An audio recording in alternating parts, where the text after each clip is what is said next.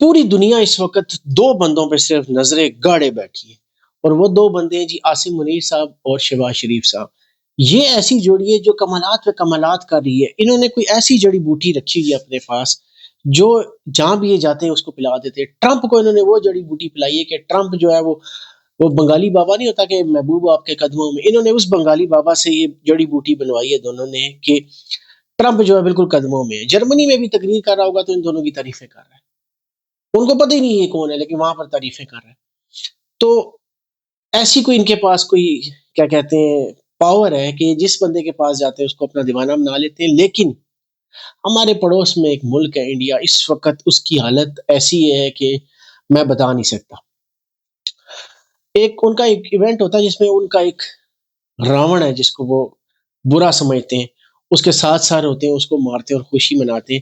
اس وقت ہمارے عاصم منیر صاحب اور شہباز شریف صاحب ان کے لیے راون ہے، اور وہ چاہ رہے ہیں کہ ہم ایک نیا ایونٹ کریٹ کریں جس میں 14 سارے ان کے بنائے اور مارے، کیونکہ ان کو سمجھ نہیں آ رہی کہ ہم کہاں جا کے ٹکر مارے، کہاں جا کے روئے۔ ہمیں تو کسی جگہ چھوڑا ہی نہیں نا۔ انڈیا والے یہ کہہ رہے ہیں کہ ان دونوں نے مل کے، صرف دو بندوں نے، ابھی پیچھے کوئی فورس شامل نہ کریں، کوئی اور عوام شامل نہ کریں، صرف دو بندوں نے مل کے ہمیں کہیں کا چھوڑا ہی نہیں۔ ہم تو کہیں منہ دکھانے کے قابل نہیں ہے۔ پہلے جنگ ہوئی، ہمیں کٹ پڑ گئی، اور اب جو پوری دنیا کا ایک کرائسس ہے اس میں یہ دونوں لیڈرز بن کے ابھر آئے ہیں۔ پوری دنیا ان سے مل رہی ہے، ان کی تعریفیں کر رہی ہے، شکریہ ادا ہو رہے ہیں ٹویٹس میں۔ تو ان کو یہ سمجھ نہیں آ رہی کہ ان دونوں کی اب کیا کہتے ہیں جوڑی توڑیں کیسے۔ اب مرد ایک عورت ہوتا تو چلے طلاق کروا دیتے، تو مردوں میں تو طلاق بھی نہیں ہوتی۔